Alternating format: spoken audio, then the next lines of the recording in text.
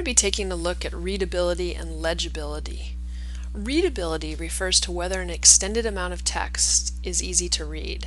These are blocks of text that usually appear in books, annual reports, and articles. Legibility refers to whether shorter bursts of text are instantly recognizable. These are things like headlines, signs, subheads. Text that is the most readable is usually a typeface that has some sort of moderation in its design. A feature of a typeface that is more noticeable will in fact decrease its readability. Why? Because the user will pause at the character or feature. A type that calls attention to itself, has strong contrasts, is very narrow or very wide, has fancy serifs or very thin strokes, or very thick strokes, or any other extreme feature, usually is a little bit more difficult to read. Anything that lowers the readability of the face will affect your user by having them notice the letter forms instead of the intended message. And this can indeed be a problem if you're trying to provide the best readability for your user. You can see that these 4 paragraphs are set in different font faces. So take a moment and look at them and try to figure out which typeface is the most readable. I'll go ahead and show you what they're set at. This paragraph is set in Minion Pro. This one is set at Sabon. This one is Egyptine, and this one's set at Bodoni. The most readable fonts are serif old-style typefaces. They tend to have moderate features, moderation of the serif, weight of the strokes, in the contrast between thick and thin, and the X height. These serifs have smooth, graceful, tapered serifs that help guide the eye through each paragraph. The contrast between thick and thin is minimal. This creates an even visual tone to blocks of text that are set in these typefaces. The old-style typefaces have a bit of invisibility, which makes them an ideal choice for communicating without attitude or distraction. Good choices are Sabon, Minion Regular, and Garamond Pro. Modern serif fonts are reasonably readable and can give your copy a sharp, progressive feel. The hard-edged serifs are less fluid than the old-style typefaces, and that makes them less suitable for long blocks of copy. But for a brochure where the paragraphs are shorter and there is less overall copy, you may be able to use a modern typeface, something like Bodoni. The slab serifs are less readable, but can be suitable for blocks of copy that are modest in length. Advertisements and retro ads sometimes use slab serifs to aid in achieving a specific feeling, especially when they're trying to convey or get the feeling of things from the past. You can see that these 2 blocks of copy are set in old style, and they are indeed the most readable of these 4 paragraphs. This one is our modern type example, and it's a little bit less readable, definitely a little harder to read the text because of the very thin thins and the very thick thicks. And then Egyptine is kind of a middle of the road. You could probably get away with using this in some moderate lengths of body copy, but anything too long, it probably is not going to be as readable as just the old style serifs that I'm showing you right here. Italic typefaces have an added level of detail, and this can be distracting as well, especially when it comes to large amounts of text. Because of this, these faces are usually less appropriate for lengthy passages of text. With that said, there are times when large blocks of text are acceptable, such as when quoted or highlighted text needs to be presented in a way that differentiates it from other non-italic text. So, if we look at this example, which of these is most readable? Let me show you what we're using. This is set in Sabon Italic, this is set in Arial, this is set in Minion Pro Bold, and this is set in Arial Bold. So we have our old style set in italic and bold, and then a sans serif set in just regular Roman and then bold. The sans serif fonts are generally not well suited for large blocks of text. Without the serif, the eye is not given the helpful horizontal guidelines of a serif face. Sans serif is a great choice for headlines, captions, and blocks of text that are shorter in duration. On a computer monitor, sans serifs can be easier to read because there are fewer fine details, like serifs, that get lost or kind of clunky on the screen. Just make sure that the line lengths are shorter and stay away from the heavy weights when setting lots of text. Using bold fonts, serif or sans serif, is never really appropriate for longer blocks of copy. Bold text is useful for short blocks of emphasized text or captions that need to stand apart from other text. However, used in longer passages, bold text appears heavy-handed and is not very eye-friendly. Setting longer passages of text in all caps, serif or sans serif, is never a good idea. It's annoying, less legible, and gives the viewer the impression that someone is shouting at them, and is only appropriate for titles or short bursts of text. Similarly, script fonts are suitable for short blocks of text and are traditionally used in invitations. Long blocks of copy set in script fonts are very difficult to read. Both italic and scripts are more difficult to read because of the tight spacing, the curves, the slants, and the likeliness to handwritten letter forms. Don't use them for lengthy copy. In order to maximize readability of these typefaces, pay close attention to letter and word spacing. Increase line spacing if necessary, and make the line length shorter than average. Don't reverse them unless they are set in a relatively large size. Using any sort of unusual font in any sort of longer passage should mostly be avoided. There are exceptions to every rule, so always consider the audience and their acceptance of a specific style or typeface. You can see that these paragraphs are much more difficult to read, and if we look, this is set in Sabone, but it's all capitals, so that's definitely not a good idea for longer blocks of copy. This is set in a script font called Senezas, and it's very difficult to read for these long sections of text. This right here is a font called Jungle Juice, and it's basically not even readable at all, especially at this size. Same with this one. This is set at a grunge font called Fragile ICG, and again, it's very difficult to read this, especially at this size.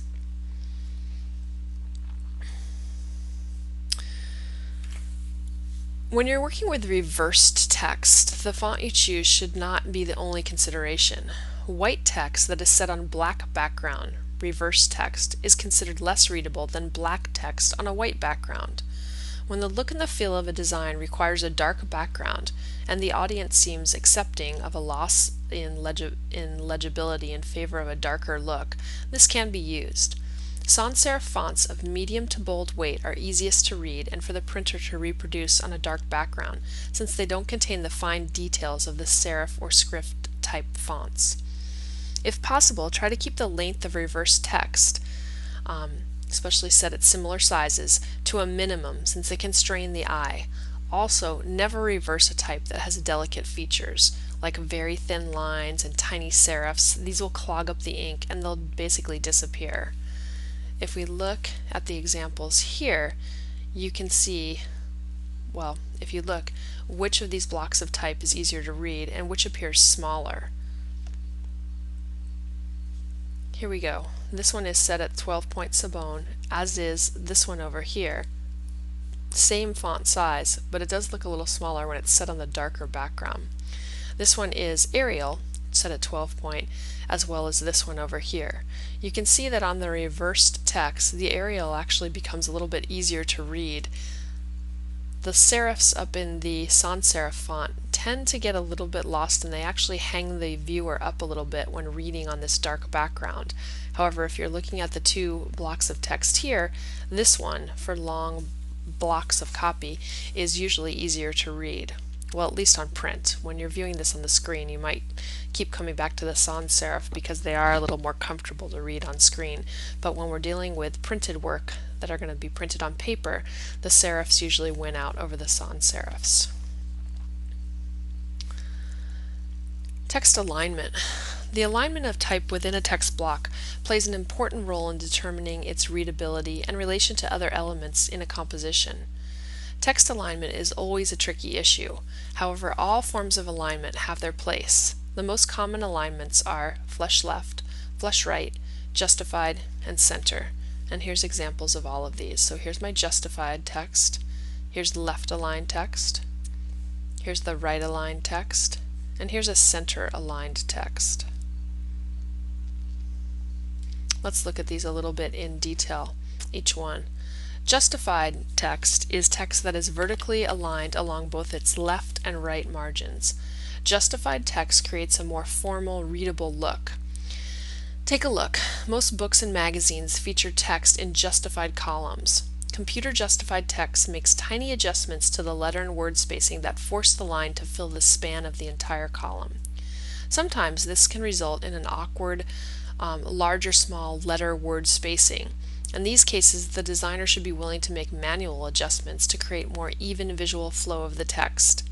Very narrow columns are not well suited for justified text since they often require the computer to compensate by making extreme letter-word space adjustments, and things just look awkward. The alignment of choice for numerous newspapers, magazines, and numerous other printed mediums is justified text. The justified text blocks fit neatly into grids, and they even hold a shape of their own when they're set apart from the flow of the body copy. Imagine a newspaper article not set in justified manner. While the columns would still be visible, they would not be as neat and easy to follow. The paper would also not be as recognizable from a distance. Beyond its neat aesthetic appeal, justified text allows for more characters per line through the use of hyphenation, kerning, and even individual tracking. But justified text suffers from requiring a meticulous eye to avoid white rivers. These are the gaps between individual words, and they fall vertically in a line. Justified type also has the habit of appearing very formal due to its print associations in newspaper and high-class magazines, and they also have a grid-like nature, which is a pro or con depending on how you look at it. To the left is an example of poor and proper justified type. Notice that in the illustration 2, the introduction of hyphens and kerning, it's still not perfect, but it helps remove the problems that are shown in example 1. Here I've marked the rivers in blue and a few odd spacing issues in orange. So you can see that there's kind of some awkward gaps that appear when you're looking at this text. This one is a nice solid body of text and it looks a little bit better. This one definitely looks strange. So when you're using justified text, make sure you take a really good look and you fix anything like this. Like this last line looks kind of ridiculous with these 4 short words shown on it and spread out and justified like that, as well as this line looks a little strange too. Left alignments. Flush left is also called ragged right. It means that the text's left edge is aligned vertically. The aligned left edge helps assure readability by providing the reader's eye with a constant and predictable starting point for each new line of text. The ragged right edge lends to an informal note, and the column, you have like your more formal left edge and then you have an informal edge on the right. The default in almost every text editing software available, and the choice of many, is left aligned type. It's by nature less formal and more inviting than fully justified type. It's much easier to maintain well-formed blocks of type when compared to the justified type, as it doesn't create odd white space issues between words and has a consistent level of kerning. Also known as ragged right for the rough right edge created by the variance in line length, left aligned type by nature creates its own visual interest in the form of white space. However, that white space is also one of the potential problems that this type of alignment endures. Here we go. On the right, I have an example of poorly formed ragged edge and a more proper example. And you can see that I've marked the areas that are problematic. This one has a lot of peaks and valleys. So as I move down the right edge, it really swings in and then comes out a lot more. In the example below, you can see that the text just kind of rolls along with only graceful rises and falls, and it's much more pleasant to read than the top example. So when you're using left align or ragged right, make sure that you look for this and go ahead and take care of it when it does occur. Right alignments. Right alignments, or ragged left, are blocks of type that are very similar to left aligned blocks of type. The flush right text is vertically aligned along its right edge. Flush right text is not as reader friendly as flush left text since each new line begins at a different horizontal position.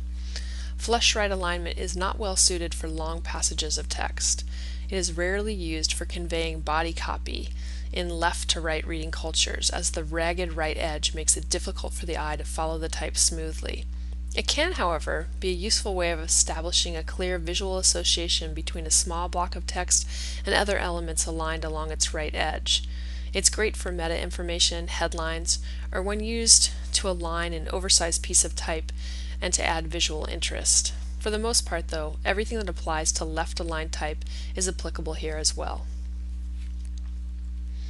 Centered text. Centered text is where both the right and left edges run ragged, and it decreases the user's readability because the user has no place to predictably start a new line of text. Having this happen on both sides of the block of text further impacts readability. Centered text can be very detrimental when used in wide columns. If you must center text, it's best used in relatively narrow and shorter blocks of text. Center alignment does not work with formal layouts. Center alignment does work with formal layouts. If you think of wedding invitations, they're very often center aligned. This is commonly used for headlines and both primarily short phrases sometimes are center aligned as well. Inexperienced designers often tend to overuse center alignment since they tend to feel safer using it, and since it's easier to lay out a page with center aligned elements. It's kind of more of a no-brainer. Everything balances real well when you're using center alignment. It's symmetrical and it fills the space and everything balances automatically. It's an easy to use layout for the novice. However, if you want to make something a little more exciting and dynamic, you probably don't want to use center alignment too much just because it is a little too safe, and since everything is completely symmetrical, it doesn't have any tension and it doesn't really offer a lot of visual interest in most cases. And then there's some more advanced layouts that you can use for alignment. The three advanced text alignments, runaround, asymmetric, and concrete, are used less often, but can be useful for special effect techniques that you might want to use.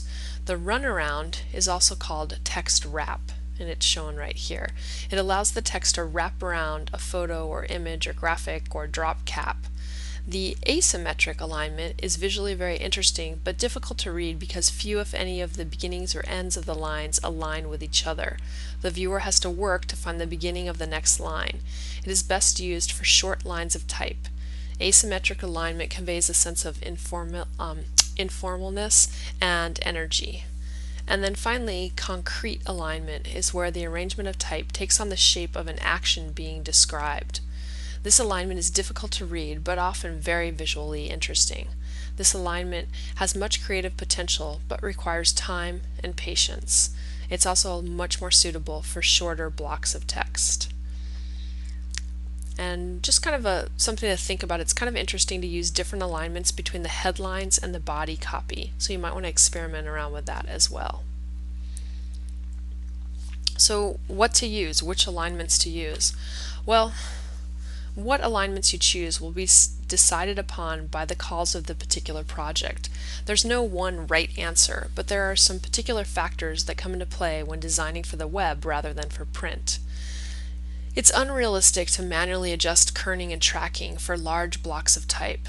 The type of media the piece is viewed on plays a deciding factor. For instance, on the web, different operating systems and browsers render type differently, which changes how the type falls.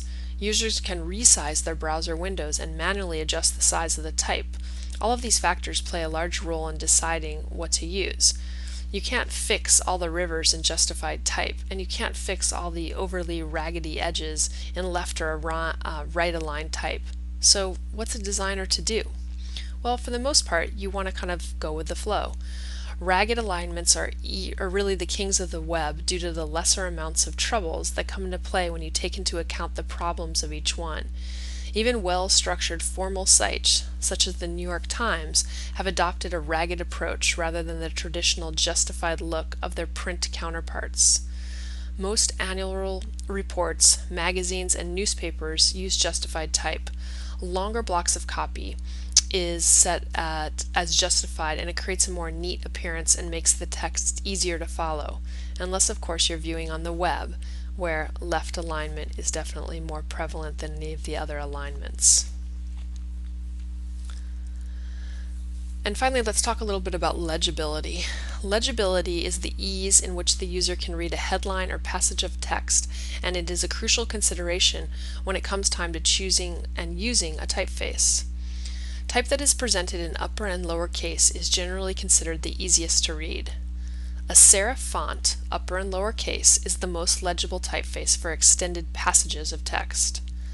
All caps are okay for short bursts, such as a headline or a caption, but intensive use of all caps can raise readability issues when used for longer passages of text. Too much or too little letter spacing can interfere with legibility. Be cautious using novelty fonts. They can work well to convey a certain feeling or theme, but they can also hinder legibility. Think of your target audience and consider the physical requirements like eyesight. A font that is too small can alienate older readers. Color can also affect legibility. The eyesight and the expectations of the audience are key factors when determining what is okay to use. Condensed typefaces are useful to use when a narrow layout is needed, but be aware of the loss in legibility when using these faces. The same can be true when using expanded faces.